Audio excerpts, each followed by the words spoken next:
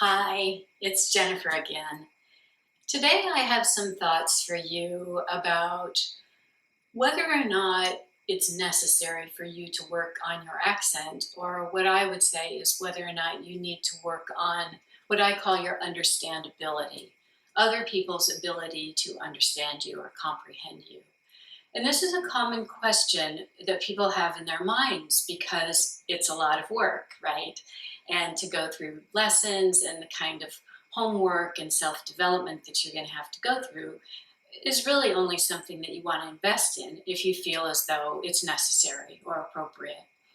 Many of my clients are people, technical, very well educated people who speak English quite well and write English very well, but it's hard to understand them. So I'm going to give you a couple of questions here and see whether or not these resonate with you.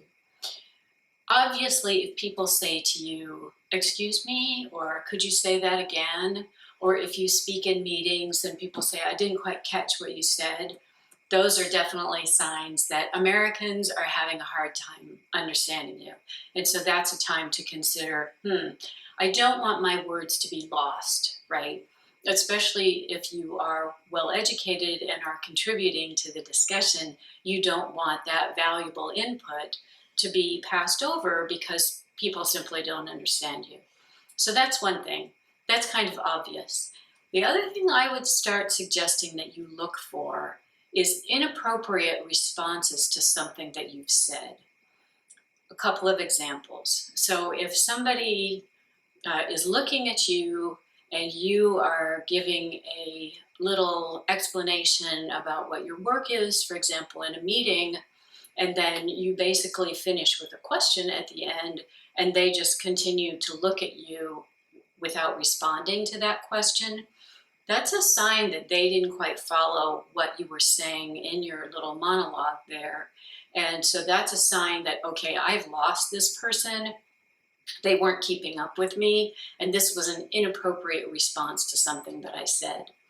The other thing that I would really listen for, and I'd say this is more subtle but also more important, is if you say something to somebody and they respond with something else indicating they didn't understand you, they didn't follow what you just said.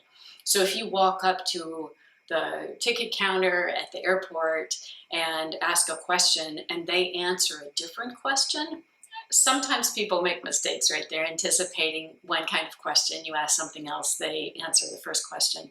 But a lot of times it can be a sign that they didn't quite understand you.